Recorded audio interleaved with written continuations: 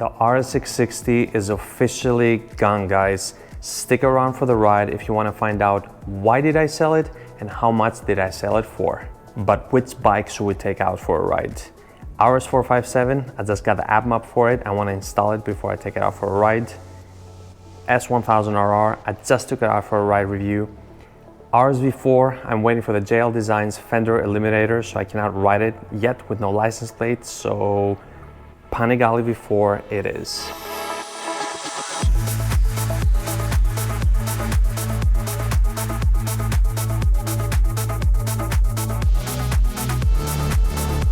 All right, we're in GTA, guys. No, just kidding. Beautiful, sunny Santa Monica.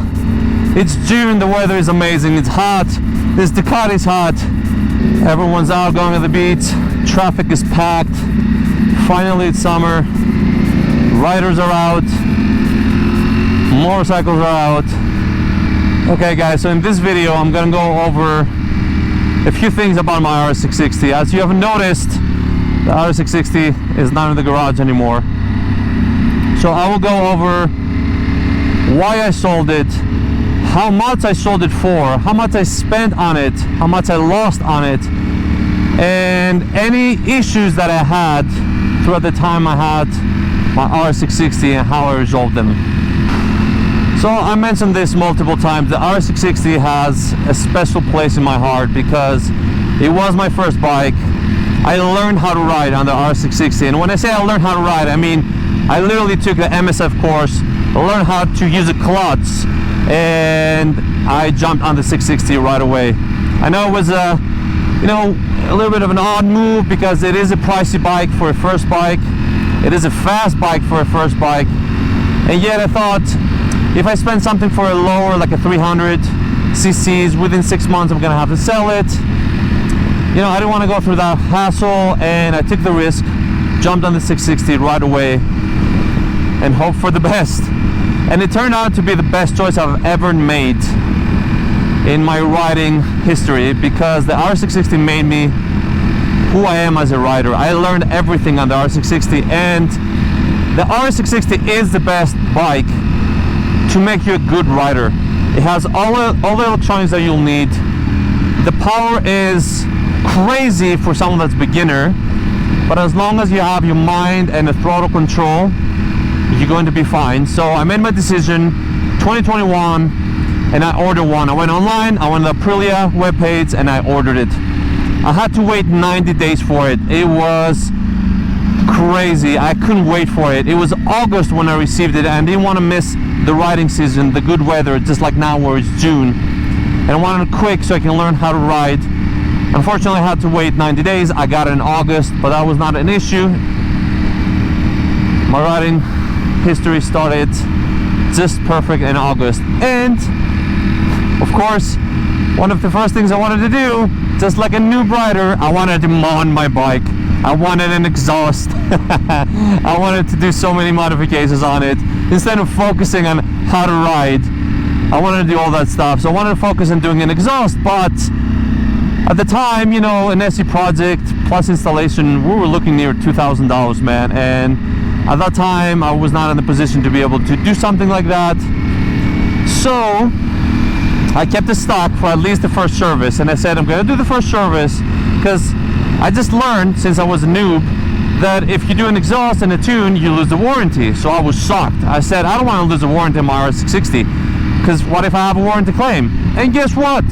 I had a warranty claim the first day after I took it after my first service. So I hit 600 miles and I took my bike back home, and the next day I went out for a ride, a Sunday, just like today, a sunny Sunday. And in the middle of my ride, my RS660 starts stalling. And I said, okay, that's me. I'm new. I don't know how to ride. I stalled the bike. So I started the bike again, and it stalled again and again and again. And I said, okay, this cannot be me.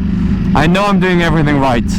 So I stayed at idle and let the bike idle, and it would just stall on its own. I said, okay, if I don't keep the throttle on, something's going on and my bike stalls. So I brought it home immediately, and the first thing I did is I texted my dealer, and you know, just like a a noob, a new rider, I was, you know, scared. Oh my god, my bike.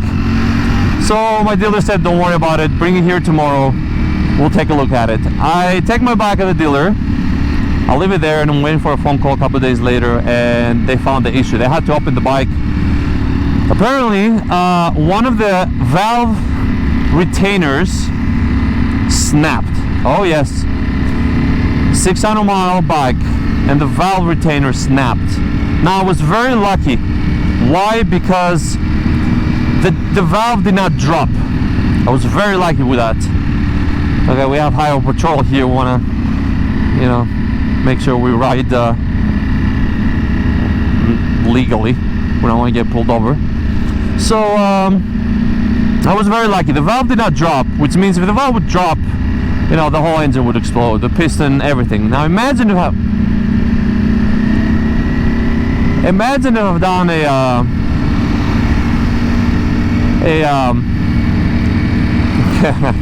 I don't know, passing a comment, it's always a little sketchy. So imagine if I had done an exhaust and a tune and that had happened. I don't know if the warranty would have, you know, honored the repair. So I was glad I didn't do anything to the bike, and the bike was stock. And through the warranty, they covered it. They replaced the retainer and everything was okay. 600 miles, man, and I almost blew my engine. And after that, first service was completed. It already went through a warranty claim, and I thought, okay, I cannot strike twice, right? So I think I'm good to go to start modding the bike. Now, I didn't want to spend all the money to do an exhaust and pay the dealer at the time. You know, money was short, and I said, okay, I have to figure out this by myself. So I changed my exhaust by myself, and I thought, what if I do a video on YouTube? Since there's nothing on YouTube, I went on YouTube and I said, okay, I need to find an installation exhaust for the RS660 so I can do it myself, and there was nothing on YouTube. So I met with my friend Ethan, and he also suggested, dude, like, I'll record you, install the exhaust, and I'll record you. Now, I had already installed my exhaust on my bike, so I did the video on his bike. I installed the SE project on his RS660, Ethan's RS660, and that was the first video I've ever done on YouTube, and that's what kicked off the channel. And since the channel kicked off with the RS660, I started making more videos and more videos. Next thing you know, my channel is monetized, and as it's monetized, I'm getting closer to my dream bike, which is the RS4. So now with that in mind, I really wanted an RS4. Could I have bought an RS4 and kept the RS660? Yes, but it wasn't a financial wise move. I had to sell my RS660 if I wanted to get the RS4. But the fact that I wanted the RS4 is not the only reason I sold the RS660. So because I've been through that experience of the warranty claim, I always had it in the back of my mind that, oh my god, what if something happens? But then again, I had the same thing with the RS4 when I first bought it, which I also had a warranty claim on my RS4. 2 warranty claims. I'm not going to go over those claims. I've done it in previous videos, and this video is focused on the RS660. So as you can tell, I'm all full of warranty claims. So God bless Aprilia, right? So yeah, the RS4 was not the only reason. The reason I sold my RS660 is because at the time it was at its peak of its value, which means I could get the most money at the time. So usually at that time, MSRP for the RS660 was $11,500 plus tax plus everything. You were looking at around $13,800 out the door, which now I think it's more like $14,000 out the door. So price has increased a little bit. So $13,800 out the door or so. And then for used RS660s, you were looking around $11,000, maybe a little more, depends on the miles. But I also spent a lot of money on modifications. So I don't remember the number, I think I've spent around $10,000 on modifications. I may be wrong, I need to check my notes. Maybe I spent less on mods, I don't remember. I think it was like I quoted at $25,000 total, including labor, which I do the labor, but I also price it So essentially it was a $25,000 bike.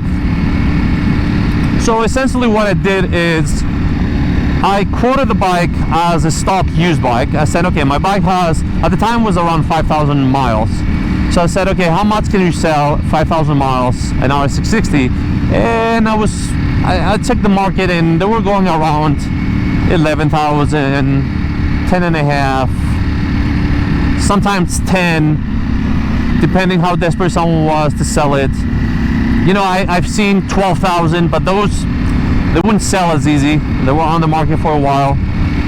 So I said, okay, let me quote it around, you know, 10,000, 10 and a half, since I have 5,000 miles on it, and then add about 50% of the important mods. You know, the exhaust, the tune, Gabber's velocity stacks, rear sets, you know, all the good pricey stuff.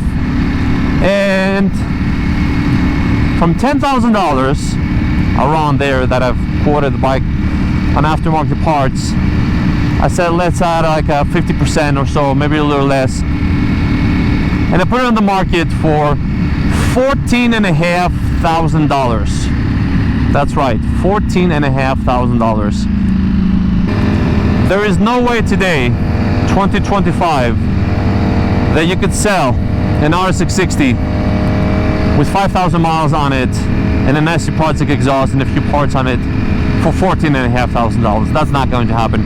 My buddy sold his RS660, the one that I had at the channel for a while, which I'm going to talk about it. He sold it for, I think, near $8,500 with an SE project, with a Gabber's map, some Rizoma mirrors. Yeah, that's it, man. Like, the value drops. So I knew that's going to happen on the RS660. So even though I didn't want to sell it, I had to take advantage of the time and sell it at its peak of its value. I knew I would never be able to get $14,500 ever again. Now, even at that time, $14,500 was not an easy price to sell it for. So how did that happen? Well, I'll tell you how. When I put the bike on the market, it was targeted to a specific audience. Someone that wanted an RS660 and was planning to do all those mods, it made financial sense. But for someone that was planning to buy an RS660 and only do maybe an exhaust or something, or leave it stock, it made absolutely no sense. Why would you spend $14,500 when you can buy it brand new for less than that? So if you're not planning to do any mods, it wasn't worth it. Now, for someone that was, it was worth it. I knew that it's going to be difficult to find someone that is looking for my exact setup, that specific bike. It was difficult.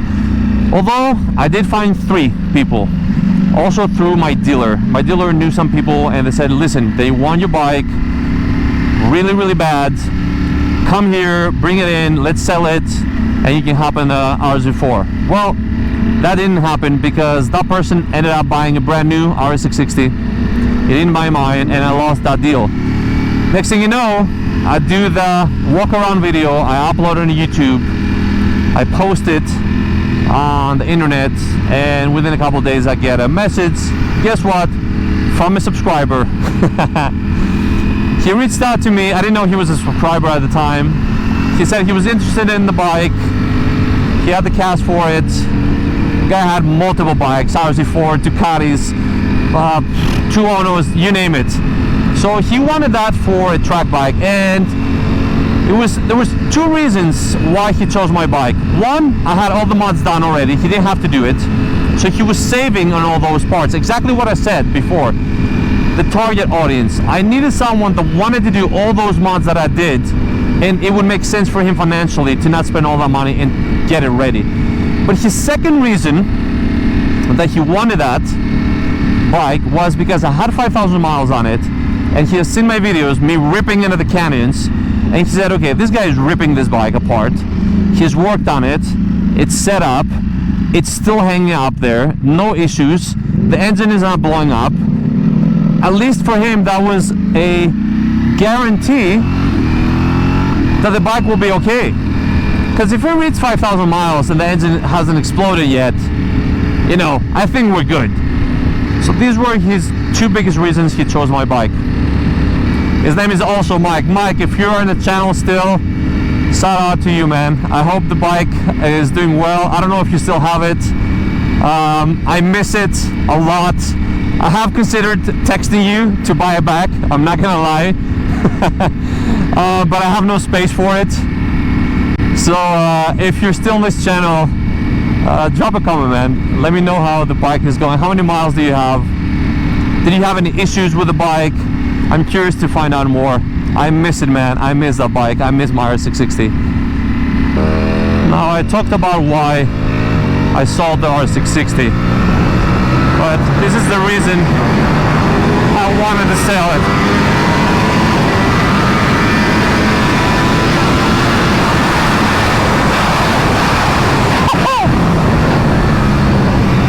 This exact reason.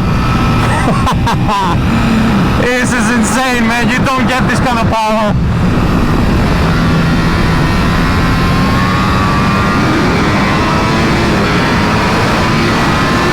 Oh my God. This is insane. Whoa, the bumps.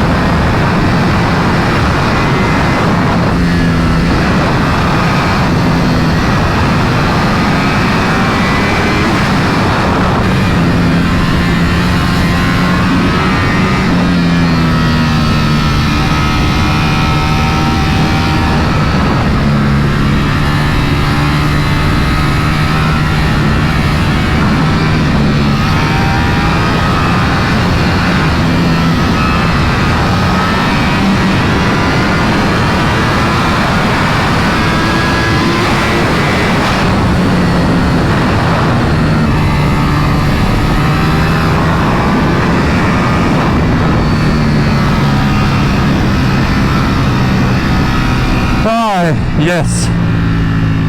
Whew. Unfortunately, guys, you can't get this with an RS660. The speed, the power, the acceleration. I mean, it doesn't matter what speed you are at. The bike will keep pulling and pulling. Panigale V4, RS V4, the S1000RR, you name it. It's just insane power, guys. Now, I also had reasons that I did not want to sell the RS660. Probably one of the biggest reasons was that the bike is the most agile, the most comfortable, really fun bike. You saw my review that I did on the 3-year ownership on the RS660, and I had so much fun on it. It's a different type of fun. With this, it's an adrenaline rush. You know, it scares you, yet the fear of the speed and the power. With RS660, it's just pure fun.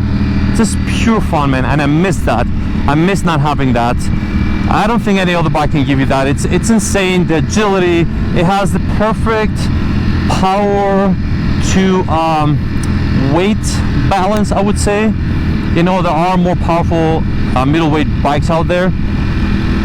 For instance, an actual 600 bike like an R6 is going to be more powerful, but I've ridden both the R6 and the R660, and I cannot get the fun I'm getting from the RS660. It's the most fun bike. So that's probably one of the #1 reasons I wanted it still in my garage. So whenever I wanted that type of fun, I could have it. And the other reason, of course, was that I needed the bike for my channel. So I didn't want me hurting my channel and selling the RS660 and jumping to the RS4, and then I only have the RS4 in my channel. So what I did is, since my friend had an RS660, he said, listen, you go buy your RS4 and take my RS660, use it, do whatever you want with it, ride it, mod it, anything. Your bike is yours. Keep it at home, keep it in your garage. So for the last year and a half, I think, I had his RS660 in my garage until he also decided to sell it. If I had the space, guys, I will be honest, I would want to buy back my RS660. Not any RS660, my RS660. I miss my RS660, the way I built it, the way I had modded it. It's just, I don't know, no other RS660 that I have ridden was performing like my RS660. There was something about I'd done the 520 chain with a 47 sprocket in the rear. I did the Bonamici clip-ons which were longer, so you had more agility in the turns. I removed everything I could from the bike to make it lighter. Really, it was like a bicycle with a motor. I loved it. The handling was amazing. The 47 rear teeth gave it more anti-squat, which the RS660 needs, because it's lacking an anti-squat a little bit, giving me more front and grip. I love the bike. Honestly, if I had the space in my garage, I would be trying to buy it back if possible. And if not buying back, I would build a new RS660 from scratch. Especially the new 2026 RS660. I think that thing is gorgeous. The factory version. I think that's the best middleweight bike on the market right now. You get everything. It even has all-in suspension. I mean, come on, that's a no-brainer. Guys, 2026 RS660, I think that thing is the best choice that you can make in a middleweight bike today. There is no comparison. Honestly, I cannot find anything that can compare to it. And I'm not mentioning speed. I'm not talking about how fast the bike is. I'm talking overall. Suspension, handling, geometry, everything. It's a no-brainer.